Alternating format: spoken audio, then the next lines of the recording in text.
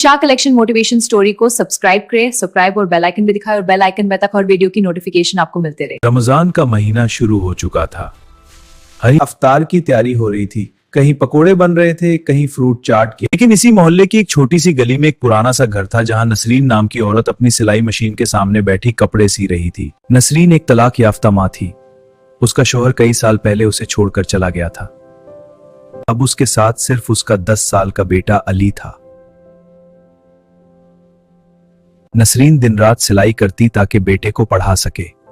सिलाई मशीन मुसलसल चल रही थी। अम्मी अभी तक काम कर रही हैं, आपने इफ्तार भी नहीं किया।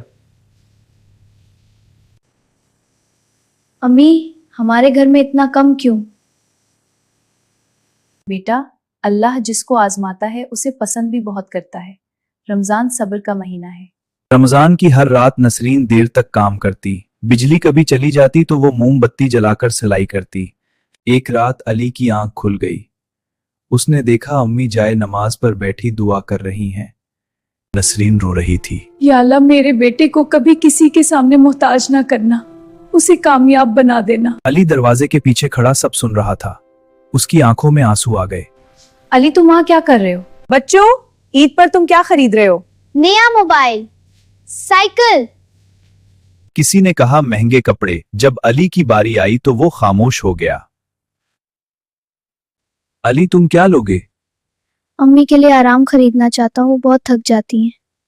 ईद आने में सिर्फ 5 दिन बाकी थे, लेकिन एक दिन नसरीन की सिलाई मशीन खराब हो गई। ये उसकी वाहिद कमाई का जरिया था। नसरीन परेशान हो गई। अम्मी क्या हुआ? कुछ नहीं बेटा, बस मशीन ठीक करवानी है। लेकिन उसके पास सिलाई मशीन की मुरम्मत के पैसे भी नहीं थे। इस रात मुझे तो क्या हुआ? वो क्या हुआ? अस्सलाम वालेकुम। ईद के कपड़े लेने आई हूँ। उन्होंने देखा कि नसरीन परेशान है। नसरीन, क्या हुआ? बस कुछ नहीं। नसरीन ने सारी बात बता दी। चलो मेरे साथ। वो नसरीन को बाजार ले गई और नई सिलाई मशीन खरीद कर दे दी। नसरीन हैरान रह गई। मैं ये सिलाई मशीन से ली, तुम्हारी मेहनत का इनाम है। नसरीन की आंखों में आंसू आ गए। रमजान का अगला दिन था। सुबह की ठंडी हवा चल रही थी। नसरीन फजर की नमाज पढ़कर बैठ गई। या अल्लाह, आज का दिन हमारे लिए आसान बना देना। अली मुस्कुराकर बोला, अम्मी आज मैं आपकी मदद करूंगा। तुम्हारा काम पढ़ाई करना है बेटा।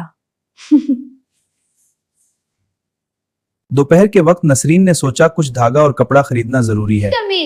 अली खुश हो गया। दोनों पैदल बाजार की तरफ चल पड़े। बाजार में बहुत रश था क्योंकि रमजान में लोग ईद की खरीदारी कर रहे थे। अचानक बाजार में अली की नजर जमीन पर पड़ी। वहां एक काला बटुआ पड़ा था। अली ने उसे उठाया। बाजार में नसरीन ने शनाख्ती कार्ड देखा। उस पर एक आदमी का नाम लिखा था। अम्मी अब क्या करें? हम इसके मालिक को ढूंढेंगे। दोनों बाजार में लोगों से पूछने लगे। भाई क्या आपने किसी का खोया हुआ सामान देखा है? बाजार में कुछ दूर एक आदमी परेशान खड़ा था। वो बार बार अपनी जगह चेक कर रहा था। अम्मी शायद यही वो आदमी है। अम्मी शायद यही वो आदमी है। आंटी देखो, मैंने ये वॉलेट खाली जगह पाया। भाई, क्या आपका बटुआ गुम हुआ है? जी हाँ, इसमें मेरी पूरी तनख्वाह थी। ये रहा आपका बटुआ। आदमी ने बटुआ खोला। तमाम पैसे मौजूद थे। इसकी आंखों में आंसू आ गए। आपने मेरी बहुत बड़ी मुश्किल हल कर दी। ये पैसे मेरी बेटी के इलाज के लिए थे। अल्हम्दुलिल्लाह। ये आपके लिए इनाम है। नहीं भाई, हमने सिर्फ मानत वापस की है। आप क्या काम करती हैं? मैं दर्जी हूँ। दर्जी? बहुत अच्छा। जी, मेरी दुकान करीब है। फिर तो आप मेरे लिए काम करेंगी। मुझे ईद के लिए बहुत सारे कपड़े सिलवाने हैं। जी? अम्मी देखा, अगर हम पैसे रख लेते तो शायद इतनी खुशी ना मिलती। बेटा, नेकी हमेशा वापस आती है। अमानत में खयानत नहीं करनी चाहिए। रमजान में नेकी की का अजर कई गुना बढ़ जाता है। आखिरकार ईद आ गई। अली ने पहली बार नया कपड़ा पहना। वो खुशी से उम्मी के पास आया। बहुत अच्छे लग रहे हो बेटा। अम्मी देखें, मैं कैसा लग रहा हूँ? तुम मेरे लिए दुनिया के सबसे कीमती बेटे हो। फिर अली ने जेब से कुछ पैसे निकाले। नसरीन हैरान हो गई। ये कहाँ से आए? अली हंसकर बोला, अम्मी आज मैं आपको ईद का तोहफा देना चाहता हूँ। मैंने मस्जिद के बाहर लोगों के जूते सीधे किए थे। ये मेरी पहली कमाई है। अम्मी आज मैं आपको ईद का तोहफा देना चाहता हूँ। अगर आप लोग हमें सपोर्ट करना चाहते हैं तो वीडियो को लाइक और शाह कलेक्शन मोटिवेशन स्टोरी को सब्सक्राइब करें। सब्सक्राइब करें।